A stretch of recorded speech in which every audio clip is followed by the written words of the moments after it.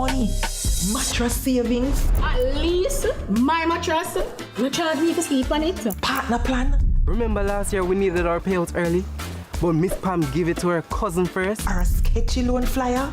Electrifying deals. See why making the right financial choices is pure common sense. Brought to you by Bank of Jamaica, empowering everyday Jamaicans one episode at a time. Grandpa, it's 2026. You can't keep hiding all your money in every single pocket forever. Jesus Christ loves you, and greater love hath no man. Because of his love, he opens the way. He opens eyes, ears, and minds. Open your heart and experience General Conference of the Church of Jesus Christ of Latter-day Saints and feel his love. Greater love.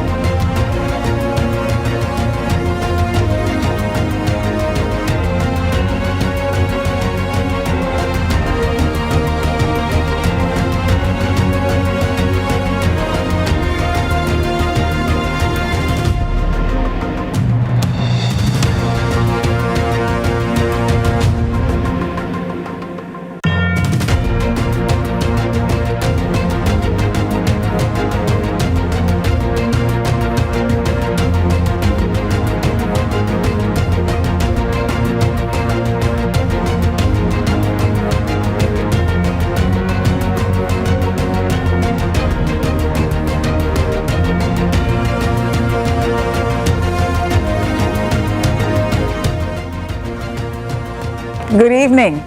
Tonight we begin with a story that puts us quite literally in the news. A bomb threat at the Blaze Industrial Complex, home to CVM, forced an evacuation, disrupted businesses, and triggered a full emergency response. We speak with the Jamaica Fire Brigade and a member of our own news team who lived through it. Then, as Jamaica enters Holy Thursday, we ask what Easter still means in a culture where faith, culture, and modern life are in constant negotiation. Plus, a beach access policy is on the table, but advocates are still protesting. Is this real reform or repackaging of an old problem? And can mentorship change the trajectory of young Jamaicans? We examine a program trying to do just that. I'm Jody Ann Quarry, and this is Lead Story.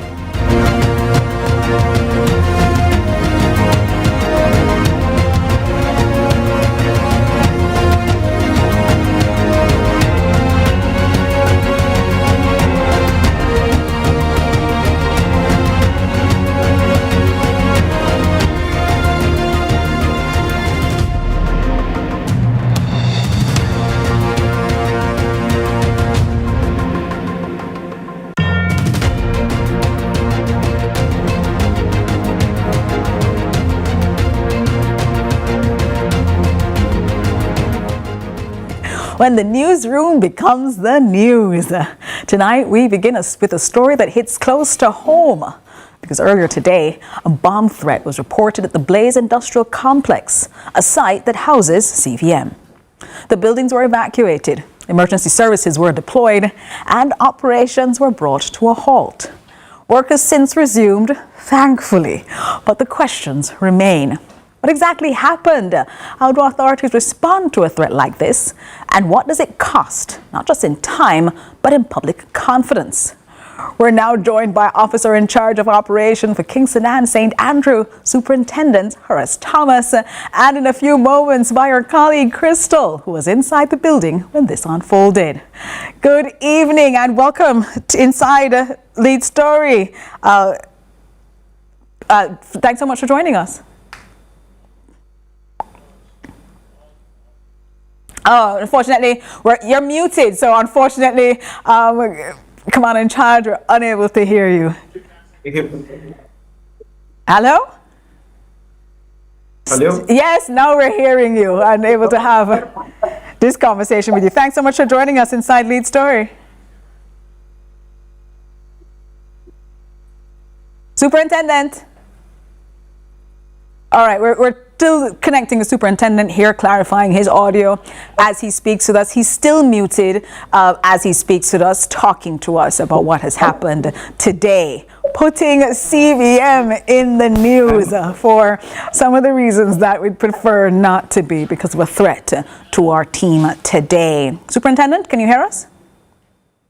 You can hear us, but we are not hearing you at all. No, still on mute, still resolving that audio issue there with him. Let me pull in my colleague, Crystal, in a moment here before we are able to have the superintendent on with us, because I want to bring on one of my colleagues today who had to live through what had taken place, making sure that we talk about the context in which news reporters end up being in the news and what that means. Crystal, thanks so much for joining us inside Lead Story. Good evening, Jody. Thank you for having me. How are you managing, Crystal? Because today was an eventful day. We saw the Jamaica Fire Brigade. We saw an evacuation plan out of the building. As somebody who was here now in this complex when this took place, how'd you feel? We felt a little bit surprised because we weren't alerted by the security team. We were actually alerted by the IT department. So one of the IT personnel came and told us and asked us actually, hey, did you guys hear what's going on outside? You guys don't know what's going on. You should be outside because there's a bomb threat on the outside. And we're like, what? How come we don't hear about this? How come we don't know what's happening? Nobody actually got the message that we usually get on our phones that we had a bomb threat. So we weren't aware. And we went outside and we saw officials out there trying to manage the situation. And they said that they asked persons to come outside. We saw persons slowly trickling out there. Perhaps not taking it as seriously as you would want to with a threat of this magnitude to the entire Blaze Industrial Complex. Right. There was no rush. There was no urgency. We would usually, I expected to see people coming out just without their things, but people were coming out with their things. I'm wondering if it's an emergency bomb threat where you find time to take up bag and all those things. You're watching people in their emergency response then perhaps not do everything they would have been told to do, which is leave everything behind and run outside. People were carrying now what Jamaicans would call their bag and pan, all of their belongings outside, which would have slowed down then the evacuation process. Right. And there were some persons who were not even thinking that it was serious enough for them to have to go outside. They weren't, they didn't think that it was that detrimental or that they were in any danger per se. They just thought that it was one of the drills that we had. But when we went outside, we saw that there were actually officials out there directing persons. The specific company, the specific building that the bomb threat was sent from or sent about, they were asking us to avoid that area, stay away from it, and they had a firefighter, cordoning off people and telling them stay away from that area and stay away from that building as much as they could. I think that's so important to be able to hear. We're continuing to make sure that we can have online with us Superintendent Horace Thomas, officer in charge of operations for Kingston and St. Andrew. But until we get his line clarified here, help me understand. As an instinct, as a journalist, you want to stay and report. This is news. How do you feel the tension between your professional instinct and the directive to leave the building and don't report the news now as you're making sure that you comply with the emergency instructions? To be honest, Jody, it was a conflict. It was a mental conflict. Should we stay and report? Should we continue to write our stories inside? We have a deadline, we have a newscast coming up and we have stories to write. Or should we listen to the officials and put our safety and our well-being first rather than putting our work and our stories first? So it was really just a conflict of how should we operate in this situation and what are our priorities? I think that's so important to then put in context what real people went through today as we had this bomb threat at the Blaze Industrial Complex housing CVM TV. Superintendent Horace Thomas, are you back with us? I am here. I'm hearing you loud and clear. I am hearing you clearly. Thank you so very much for joining us, talking to us about what happened. So tell us what happened. Walk us through exactly what took place today when the Jamaica Fire Brigade received the threat and what the first action your team took. All right. Thank you for having me. We received this call at approximately 12:49 p.m. And upon receiving this call, the Half-a-Tree fire station was dispatched. 12:49 p.m. as in last night you had been made aware of it or earlier this morning? Today. Okay, so 12:49 a.m. No problem. Yes. Well, today. So we would have dispatched the Half-a-Tree fire station to respond to that incident. And I was listening to your colleague who would have remarked about the conflict in terms of carrying out her duties and considering her personal well-being. We love news, and this is news. We just that we are the news, Superintendent. Absolutely, and we can appreciate that very much. But we want to say generally to our constituents that we take every bomb threat seriously. And the message here is for everyone, once they are notified of a potential bomb threat, to take it very seriously until it's proven otherwise. And so the question may be, what are some of the actions that should be taken upon receipt of a bomb threat? Yes. And the first thing is to evacuate in an orderly fashion.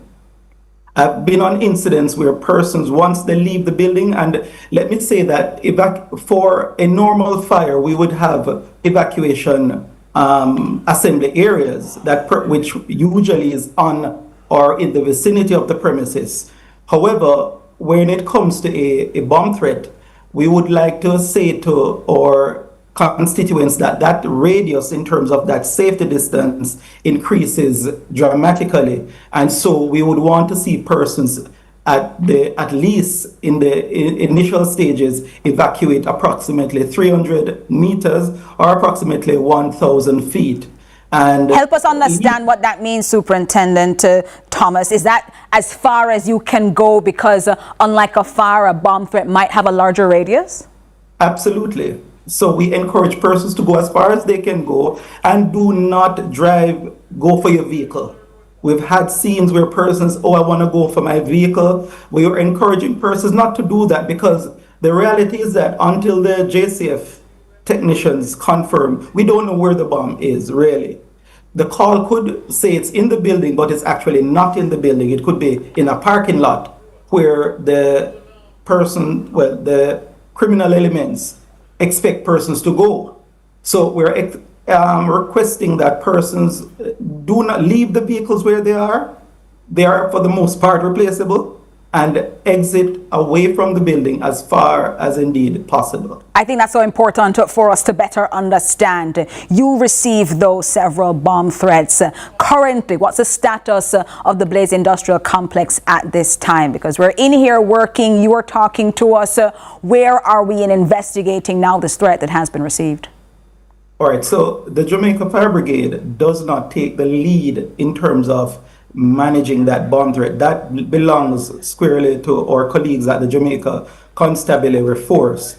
And so our primary aim is to be that secondary partner to assist with whatever evacuation is needed and whatever resources we can deploy at that moment. So our primary aim is to coordinate with JCF, because they would be the lead agency in any bomb threat, and assist in evacuation. So you don't do the investigations, but then the Jamaica Constabulary Force is the one that would be investigating to see then who has made this threat and what it is that needs to be done next. For many of those who are watching, though, Superintendent Thomas, your brigade receives about 17,000 false and malicious alarms. That was in 2024. And it's been increasing. You've seen increases over prior years. In August of 2025, a horrific month for your team, you responded to 26 separate incidents in a single day. Given that volume, how does the Jamaica Fire Brigade assess the credibility of any individual threat? Because at this point in time, some people might think you just get a phone call and you say, sure, nothing with that. How do you respond? All right, so it's a tightrope, because we don't have the luxury of treating any call in a particular way in terms of saying, oh, this is not real. So we have a responsibility which we guard very jealously. And so every call that enters through our dispatch center is treated as a genuine call until we can verify on the ground that it is a malicious call. But I just want to take the time to encourage persons to desist from making such malicious calls to the brigade, because once that call comes in, there will be a response All right. to that call. And this is so it uses up valuable resources. And I think that is the part that people need to understand. The Jamaica Fire Brigade and the Jamaica Constabulary Force have finite resources, and making sure that those go to areas most needed instead of to malicious and potentially suspicious but not harmful threats are important. They'll be checking out every single one, though, to make sure that we are all safe. Crystal Williams is here beside me, telling me that we're also waiting on word from the Corporate Communications Network of the Jamaica Constabulary Force,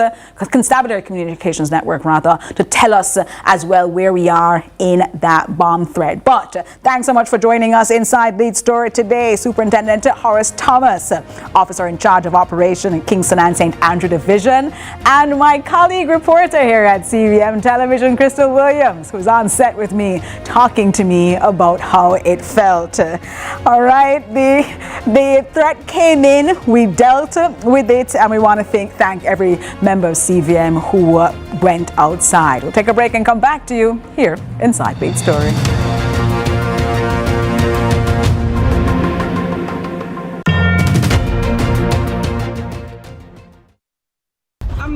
It's no scam and style me.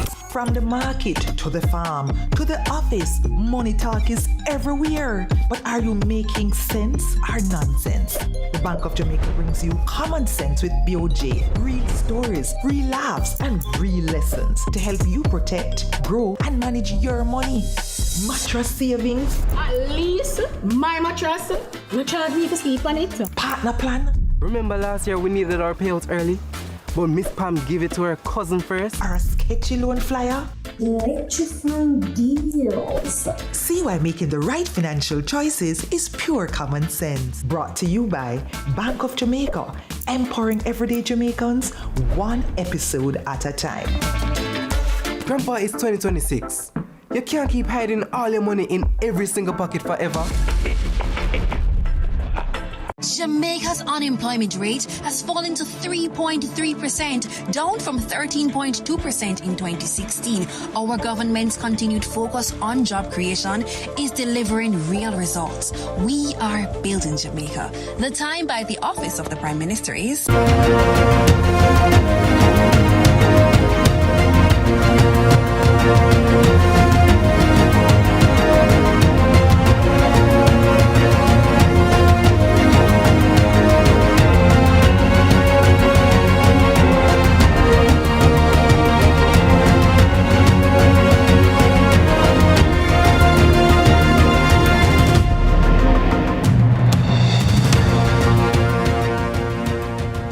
Today is Holy Thursday. For many Jamaicans, this is the beginning of the most sacred period in the Christian calendar, leading to a Good Friday and into Easter Monday and Easter Sunday. But Jamaica is a complex society, and Easter is also a gazetted public holiday under law. It's bun and cheese, it's the beach. On Easter Monday, it's fried chicken and fried fish if you are going to be good and not eat any meat during this time. It's a family gathering. And for some Jamaicans, it's none of these things because their faith tradition does not mark it at all. It's still, though, a time of reflection, sacrifice, and spiritual discipline.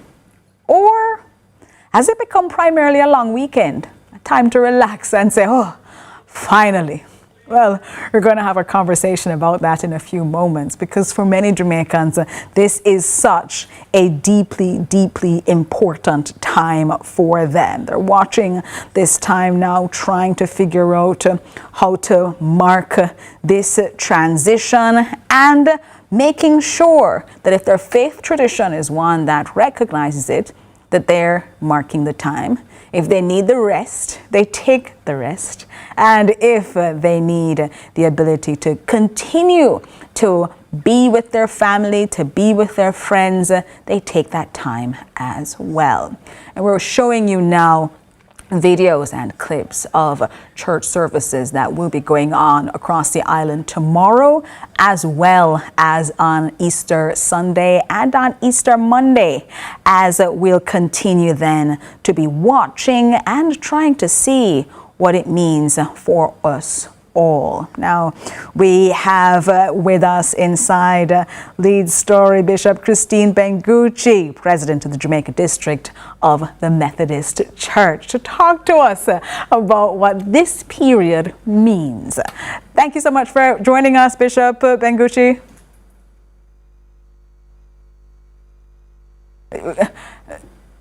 Bishop Bengucci, you are on mute as you speak with us, and that's unfortunate given that we can't hear you then as you're speaking with us. Sorry. Oh, no. I was just saying a blessed and holy Easter to everybody, and thanks so much for having me with you. Thank you so very much for joining us. Is a very, very significant time for the church, particularly this week. This week we refer to as Holy Week, right? The Holy Week observances, but it would have started for us in the Christian church with the period of Lent, which would have started off with Ash Wednesday, and that's the 40-day period that would have led up to now when we have this particular Holy Week observance. And it is generally for us a time of spiritual renewal, time of repentance, a time of reflection, a time of just simply for the believer to draw closer to God, and one in which we do the observances of prayer and fasting, meditation and reflection, which is primarily done during this time, and particularly this week. The days that would be very important would have been Palm Sunday, which would have been observed last Sunday, and then we have Thursday, which is today, referred to as Maundy Thursday, when we would celebrate the Last Supper. We commemorate that, and we are reminded of that garden in Gethsemane experience. And then, of course, we go into Good Friday tomorrow, where we would deal with actually relive the death, the journey to Calvary, the death of Christ on the cross, and then, of course, the burial. And then ultimately, 3 days after, which we celebrate the resurrection, that Jesus Christ rose. And that's on Sunday. So we have Easter Sunday, and then we have this period. But for many persons, they're also looking and watching, because Easter is both a statutory public holiday and a religious observance. Do you believe the state's recognition of Good Friday, that's tomorrow, and Easter Monday, that's next Monday, in law strengthens or dilutes the spiritual meaning of the period for believers? I believe initially for me, when I was growing up, I thought that the observance was more in keeping in terms of being reflective and focusing on the church tradition. But I think more so, things have become far more commercialized, and I'm not sure whether or not the essence and meaning and the purpose of the observance is still felt. So I'm not quite sure that necessarily it helps us, because we had the challenge of dealing with issues related to the holding of say, carnival, which we had to deal with at some point in time. So that has, eked into that, which really takes away from it. So I'm not sure that, what is being done really augurs for what the church is seeking to do, the purpose of it, anymore as it used to previously. There is, given what you said then, and that concern that you've raised generally, there's also a perception of what the next generation sees, a perception that younger Jamaicans are increasingly treating Easter as a long weekend rather than a period of spiritual reflection. From your position within the church, do you recognize that shift as well? Yes, we have seen that, and it is quite obvious, yes. And how do we help them to recognize that this is indeed a time of sacredness? Interestingly, what has been taken out of the tradition that is being observed a lot by the youngsters, is the observance of the fasting, because that is being promoted, but for health reasons, and not necessarily for biblical or spiritual growth. Is that the reference to, for example, that 40 days of Lent, for example, and using that as a leveling up period, or a period of putting away digital concerns or trying to eat better, that instead of what it might have as religious meanings, especially in the church? Right. It is, in the sense that the observance is quite useful, and the general hope is that if you are able to put away, say for example, persons who may drink excessively or smoke, or persons who may not just that, persons who watch soap operas or programs, and they may say, okay, I am going to fast from this for that period of Lent, the 40-day period. And if you are able to do it for that period, or stay away from meat, because this is a big thing, and they stick to vegetables and try to eat healthy, and if you can maintain that for 40 days, then certainly it is something that you can continue to do. But as I said, they have used those aspects of it where the health is concerned, and not so much for spiritual growth. All right, not using it for spiritual growth, but we're also seeing families come together during this time. There's a big communal aspect to this time. How important is that dimension to this season? Yes, that is important. It's a time when there are some families, persons will go on pilgrimages during this period. Persons will come together as a family in terms of their own spiritual growth. They worship together. They will seek to pay particular emphasis on prayer and seeking God's direction for them as a family. And that is a good thing. And that is something definitely to be promoted. It's certainly to be promoted, but this is a time, as you started off by telling us, that is important in the Christian calendar, and is one that you want us to have our eyes on. Help us all out then, as we now look to Good Friday tomorrow, to then Sunday, Resurrection Sunday, Easter Sunday, and now Easter Monday, the day when it is recognized as a public holiday. What are you asking people to go into this holy period pausing and reflecting on? We're asking persons, I would certainly like to ask persons to reflect on what really happened on that very first time that we are observing as Holy Week, when Jesus Christ came into our space and sought, because of the bridge that separated humanity from him, sin. Because one of the greatest facts is that Jesus Christ, through his actions on the cross and ultimately rising from the dead, conquered sin and death and rose triumphantly from the grave, becoming the first fruits of those who are asleep. And so we need to recognize the place of God's grace and goodness in the life of each individual, and to recognize that we have the greatest gift of all, and that's the gift of life, and that was given to us. We did not earn it. We cannot earn it.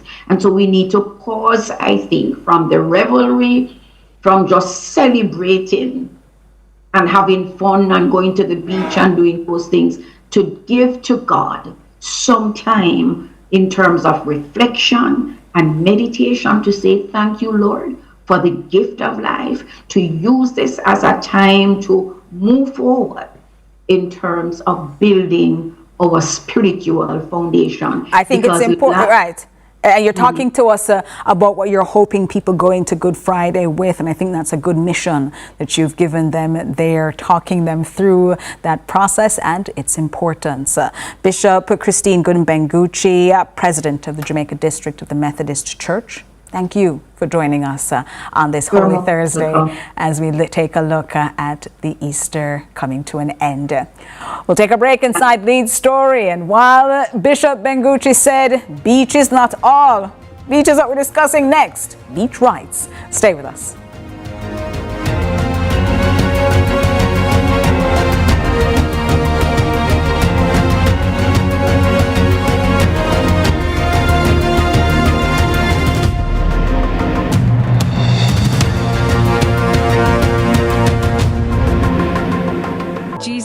Christ loves you, and greater love hath no man. Because of his love, he opens the way. He opens eyes, ears, and minds. Open your heart and experience General Conference of the Church of Jesus Christ of Latter-day Saints and feel his love. Greater love.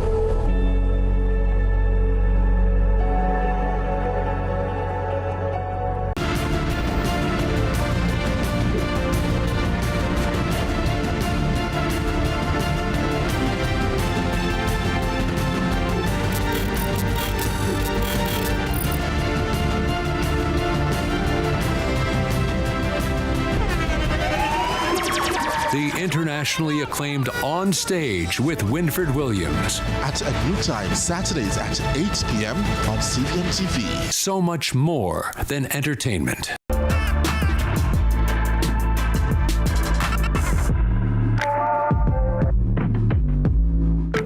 Jamaica. Make we do the right thing. Make we live good today for a better tomorrow. Talk it out. Don't fight it out. The time by the Ministry of National Security is 6:30.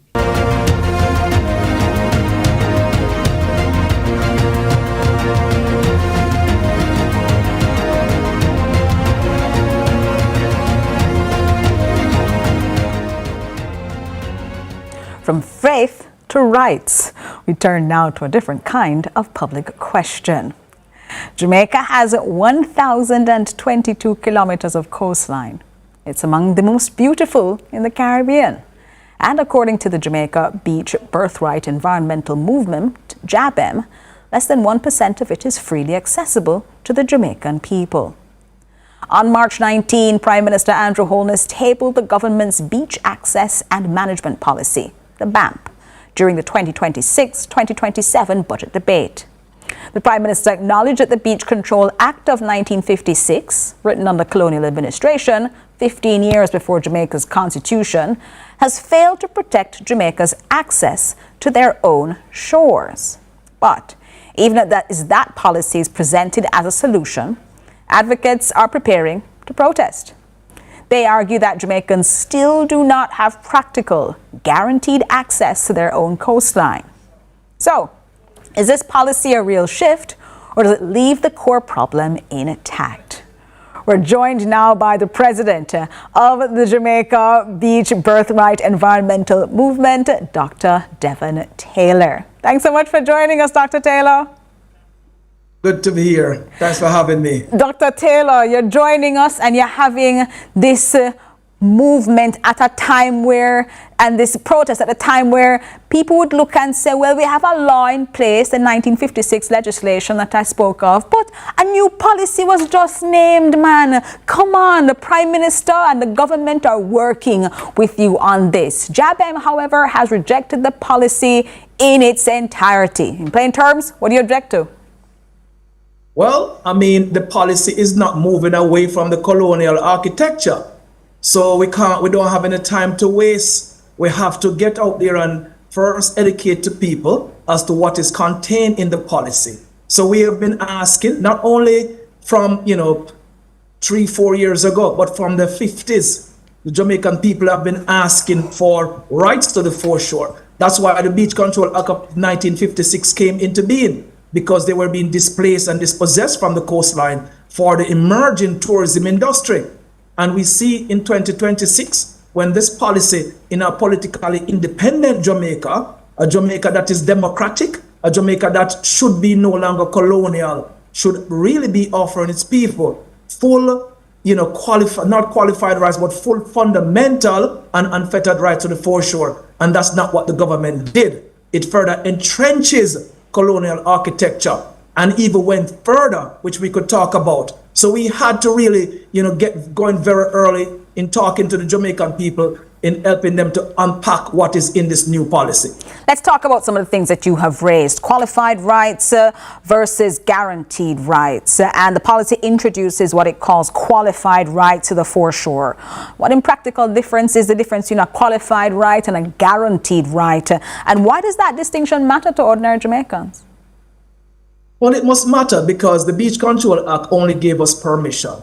Everything was vested in the crown, the floor of the sea, the foreshore vested in the crown. The government control licenses at the foreshore, runs the foreshore off our licensing regime. I mean, that was what the Beach Control Act was. It says no one have any right in or over the foreshore. Now the government comes in now and says, your right is conditional. It must be qualified. And here's the worst part of it. The qualification is not fully set by the government. It's set by whoever owns that license to the foreshore. So the hotel will determine what the rights look like. And they have some example in the policy. They're saying that, well, one of it is that a beach can take so many people, so we're going to regulate numbers on beaches. Then they're going to say that, well, it's how you dress to come on a beach. Another part of the policy, it says, it's how you behave to come on a beach. So those qualifications are conditional rights. And conditional rights are not rights. They're rights that can be taken away. And that is what we are fighting against, because the Beach Control Act says you have none. And instead of a government being bold, our government be true to the decolonization project that started with our ancestors through the Emancipation War, the Rebellion War, to political independence in 1962, the government did not honor the legacy that our forefathers fought for, and says you only have a conditional rights to how you can use the foreshore. And that is unacceptable in 2026. Let me just pull everybody into this foreshore that you keep talking about before we go on, because a foreshore in legal and environmental terms means something. It's the area of land that lies between the high water mark and the low water mark of the sea. So when the water goes in and out, what we call beach, that area where you have the sand and you can go out and you can walk along, that is what we're basically talking about here when we discuss the foreshore and the importance of this area. Does it matter to you that Prime Minister Hone has stated in Parliament that all Jamaicans must have access to our beautiful beaches? If that is a stated intention, why do you believe the policy has failed, rather as tabled, fails to deliver what it is that you're saying? Because he stood in Parliament and told us all that's the plan. Well, you know, our ancestors would say the greatest thing is you should learn to read. And when you read, the devil is always in the details. All right, I have to tell you, the Prime Minister did what he, what many Prime Ministers before have failed to do. Right, this policy has been on the table since 2000. Right, nobody could put it forward, but he did. Right? And so, but what he put forward is unacceptable. Right? It's unacceptable because we do not have fundamental rights to the foreshore. And it does not stop there. Right? The plan codifies that they could sell public beaches. So this is alienating the Jamaican from their foreshore. And that selling of the beaches is only cabinet approval that you require. Right? The policy also saying that they're going to basically lease big chunks of the sea, which they are doing already without any regulation, only a guideline. So they're codifying also overwater bungalows to be built in the sea. And this is actually the alienation of crown waters, right? And they're taking up over 9-10 acres when these hotels are built in the sea. And they're very, not environmental friendly. They take out the grass beds, which are important in maintaining the ecosystems there. Endangered species, maintaining the integrity on the shoreline as far as the sands are concerned. I mean, the grass beds are important. And, something that is really disastrous to the nation, that they're going to create artificial beaches. And the way how these artificial beaches are going to be created, they're removing the rocky coastline that actually controls the high intensity wave that comes in and slams up against those rocks. They're going to remove those, build artificial beaches, and then when they build them, they become privatized, and Jamaicans have no access to these beaches. Is there an erosion policy or an erosion risk as well, or a hurricane risk as well? Because having just dealt with Hurricane Melissa, people are hearing, those high intensity waves and now the threats that those could pose while we're building more resilient corridors, while we're saying that we're protecting our roads. Are those things that you consider to be problematic from an environmental point of view as well, that they don't protect us even as we're having now this expansion through these artificial beaches? Absolutely. We would lose coastline protections, right? There's one of those that have now been created in Discovery Bay that rips out the foreshore, which is a rocky foreshore, to create this artificial beach. You open the island up for problems. right? These are very protective structures of the country. And why this is happening is because Jamaica is running out of beaches to support the hotel industry. We only have 150 miles of sandy beaches. So you can imagine most of the North Coast is already occupied by hotel infrastructures. And so they want more beaches. And what artificial beaches is going to do, it's going to encourage more of these, because the government states that we should have no rights to them. They will be completely divested to these foreign multinational corporations. And so Jamaicans cannot really go on these beaches. So that this will be very attractive for developers. So we're encouraging destruction of the rocky foreshore to build artificial beach, which will continue the dispossession. So the policy is not a policy that is environmentally friendly.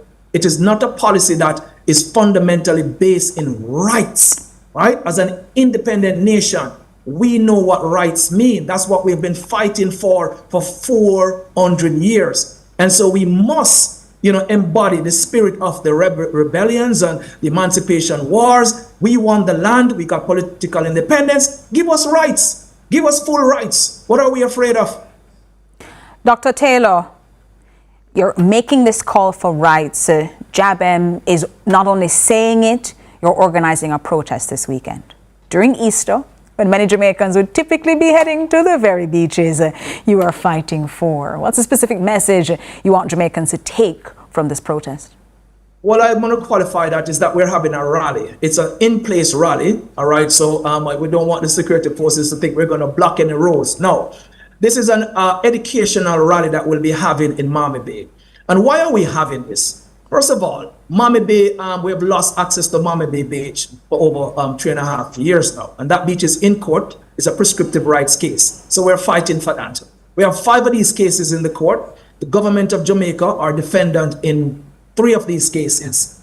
And so we are not only highlighting the continued fight to regain the right to return to Miami Bay Beach, but we are using the opportunity to now highlight the regressive, the extractive and the oppressive new beach access management policy that seeks to further alienate the Jamaicans from their foreshore, not giving them fundamental rights, selling their beaches, dealing with appropriation of the sea, artificial beach that removes all our rights. And also, in order for us to access beaches that are before hotel, we have to buy back the access to these spaces, right? So, we cannot really stand for this. The document is consistent with discrimination. It gives property owner enshrined and inherent rights to their coastal land to enjoy the beach before them. They tell the nation that if you are moving along the foreshore, walking on it, or in the sea, and you are before a piece of property, you must behave properly because that landowner have inherent rights. They're dealing with licensing. They want to commercialize all fishing beaches. Fishing beaches are commons that we have gained common law rights to use them forever. We do not need to put commercial license on fishing beaches, right? And one of the things that the policy should have done, it should have given the Jamaican public and community a seat at the table, right? They have not given us no seat at the table. Well, so this is certainly then something that you want to see, not only inclusive voices being brought to the table, various peoples and constituent groups, but you also want a revision, it seems, of this policy that's put there. Quickly tell us the information for the rally, the in-place rally, so that if persons want to participate, they can. Yeah, man, we want everybody to come out. We know it's a weekend, but come out because this is for a cause. We are on the sidewalk at Miami Bay, right before the Miami Bay, beach, fishing beach.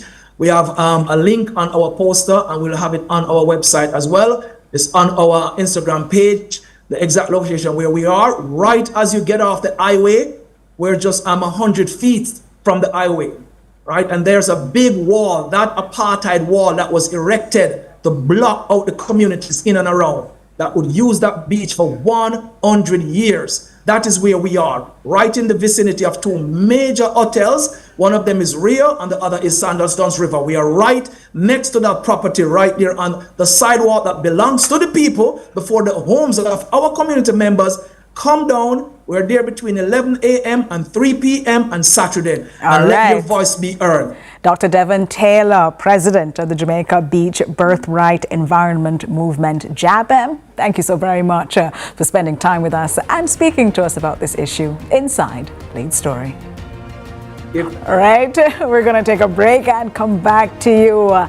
Finally, an exhale. How do we help all of our people? We'll talk about what mentorship for young people means as we close out this show.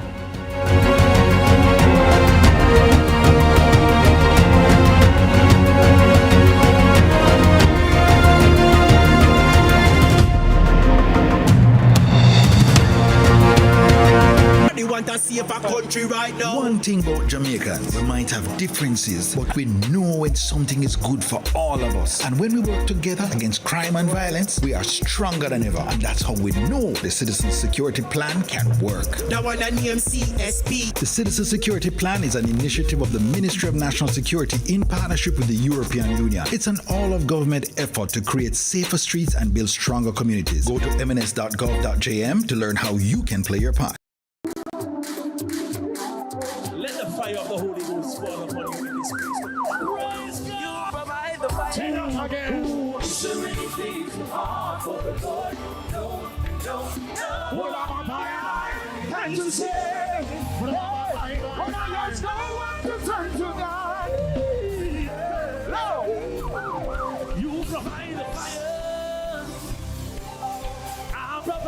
Welcome to this exciting and flavor-filled corporate wellness challenge, Healthy Recipe Cost. We are the Sugar Industry Authority. We are raring to go and win the championship. We are Team NHT. We're excited and we're here to claim the trophy. Team CB is super excited and we are ready to showcase our talent. This initiative demonstrates that healthy eating can be accessible and creative. Let's go! Tune in to CVM Television this Good Friday, April 3rd at 8 p.m., presented by the Ministry of Health and Wellness, a Jamaica Moves initiative.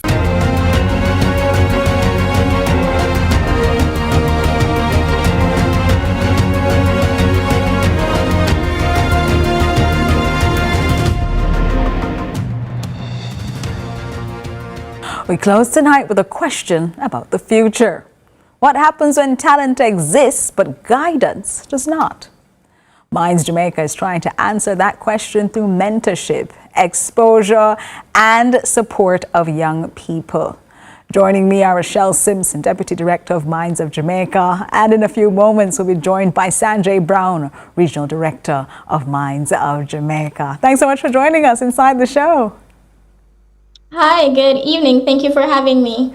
Rochelle, let's start off with Minds of Jamaica because it describes itself as existing to fill the career guidance gap. What is that gap specifically, and how did it come to exist in Jamaican education and professional life?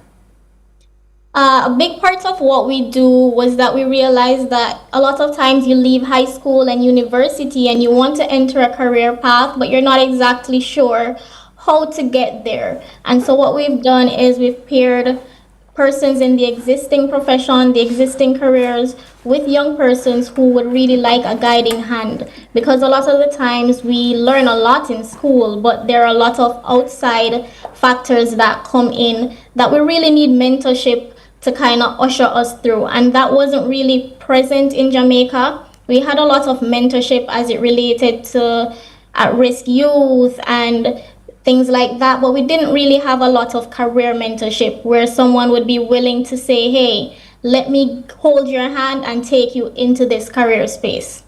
Are young people most in need of mentorship, those that you're talking about who see this need?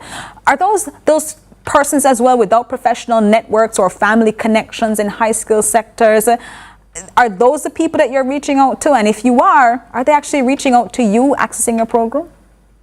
Absolutely. So we are reaching out to those persons, and we just yesterday and the day before we were on the ground doing some workshops, and we were surprised at the amount of persons that actually came up to us and said, hey, we really appreciate this. We are so happy that we have somebody who can help us to enter this field. So those persons are reaching out to us. The networking is extremely important. You know, we have this saying in Jamaica that it's links, but it's really not links, it's networking. And so sometimes when we are able to reach those persons who don't have the big family names or don't come from a particular high school or a particular community, and we can still guide them, then that's an amazing thing. It is an amazing thing, especially as we want to then allow our young people not only to get formal education, but get that fully rounded training that is going to be so desperately needed. Where is the demand for mentorship most visible and most seen? Because for many Jamaicans, they're looking and they're saying, okay, what is it that I could need? Where is it that I could get this help? And as you look from the perspective of Minds of Jamaica, where are there gaps in your current reach that you could say, they could benefit from now having our help? I think right now, there is a great need among university students. You know, they're coming out of it and they're entering the career world. So NCU students, UWI, UTech, UCC, sometimes the community colleges, the high schools, those persons who are on the verge of trying to decide what to do with their lives and how to get there. That is where we see a huge need so far. And in terms of how we can maybe reach some more persons, we're trying to get deeper into the high schools, get into the inner city communities where we can target not just somebody who can afford to go to university, but maybe skilled persons who are skilled, persons who can be hands-on and not necessarily have to go through the traditional path. That helps. Let's talk about mentors now, because all these people wanting mentorship need the people to come in and be mentors. And Jamaica has a significant diaspora of high-achieving professionals. They might be willing to mentor as well. Are you actively recruiting diaspora mentors? And if you aren't, why not? We are actively recruiting diaspora mentors. Actually, we have the last recruitment we did, we had to say, hey, we need some people in Jamaica too, because there are a lot of Jamaicans who are in Canada, who are in the UK, China, all over, who really want to lend a hand to the persons in their countries, those coming up. And so a lot of our mentors are really living overseas. The diaspora has really come through for us with Minds of Jamaica. I think that's so great to be able to hear that those who now are in different places are trying to help. This is Easter weekend, though, Rochelle. A time when many Jamaicans reflect on what they're building and what they're leaving behind. What's your message to a young Jamaican who's watching tonight and wondering if there's someone out there who believes in their potential? My message to a young Jamaican, I would say, do not give up. Do not get frustrated when you are trying to get to a certain place and you're not seeing the path and you're not seeing the road. A lot of the times we don't have the help that we need at home. And so we, at Minds of Jamaica, we have said, hey, there are mentors and professionals who are ready to help you. You don't have to be afraid to ask them, because they're saying, I'm willing to offer this help free of cost. So I would say to you, do not be afraid, do not get discouraged, because there are people out there who want you to win, people who want you to succeed. And those are very Jamaicans. I think that is so good for you to share, because again, you spoke about links, or this idea that the connections that you have in advance being the only things that people can use to get success. You also spoken about people feeling discouraged that without those they won't be able to progress. And so Minds of Jamaica looks like a great initiative to be able to help those students. And you said it's specifically university students, so Northern Caribbean University, University of Technology, the University of the West Indies, and other tertiary level institutions would certainly benefit from Minds of Jamaica. If they wanted to be part of the program, mentee or mentor, how do they reach out to you? They can go to our website at theminds.com and you select Minds of Jamaica, because we also do have our sisters, Minds of Trinidad. And so you select Minds of Jamaica, you'll have two options, become a mentor or become a mentee, and then you would go from there. You can also reach out to us on Instagram at Minds of Jamaica, and you can email us at moj@theminds.com. I think that is so good that we end with a ray of hope on this Holy Thursday. Closing out the show with Rochelle Simpson, the Deputy Director of Minds of Jamaica, spending time with us inside Lead Story. Sanjay Brown has been trying to join to be part of this conversation as the Regional Director of Minds of Jamaica. Unfortunately, he was unable to join us in this conversation, but certainly people can go on your website and get the information that they need. Rochelle, thanks so much for joining us. Just one correction. Thank you for having me. Sanjay is a girl. Oh, there you go, Sanjay Brown. Thank you. So Sanjay, thanks for, unfortunately, Sanjay was not able to join us. She, however, might be able to join us in the future, following us up on Minds of Jamaica. Appreciate you for joining us, Rochelle. Thank you so much for being with us inside Lead Story. All right. What a lovely thing to end the show with, huh? What a glorious thing to be able to have. Let's close out everything, though. Let's cut through the noise, because here's what matters. Today, this building was evacuated. A threat was called in. The fire brigade responded. A sweep was done, and we came back. That is in miniature the story of Jamaica. CVM is on air. The story of Jamaica is that we are online as well. A country that absorbs disruptions and returns to work. A country that heads into Easter weekend carrying its faith in one hand and its unresolved questions in the other. Because we had other segments that ask questions like who owns the coastline, who is mentoring the next generation, who is building the systems that should already exist. What tonight has shown is that institutions are functioning. The fire brigade responded and saved us. The courts are hearing cases. Civil society is organizing. Young Jamaicans are being mentored. That is not nothing. But functioning institutions and adequate institutions are not the same thing. And the distance between the two is exactly where Lead Story will continue to live. Now, to every Jamaican preparing to observe this Easter weekend, however you choose to observe it, wherever you choose to spend it, beg you to please be safe. Please be safe on the roads. The Island Traffic Authority projects approximately 382 fatalities for 2026. I can't afford for it to be you. Over the last 20 years, Jamaica has lost an average of 1 life per day on its roads. Easter weekend is when that number can climb. Please do not become a part of it. That is the story. I'm Jody Ann Quarry, and on behalf of the entire CVM production team, thank you for watching Lead Story. Lead Story returns on Tuesday, April 7th. Have a fantastic Easter weekend, and I hope you stay safe. Up next, CVM News.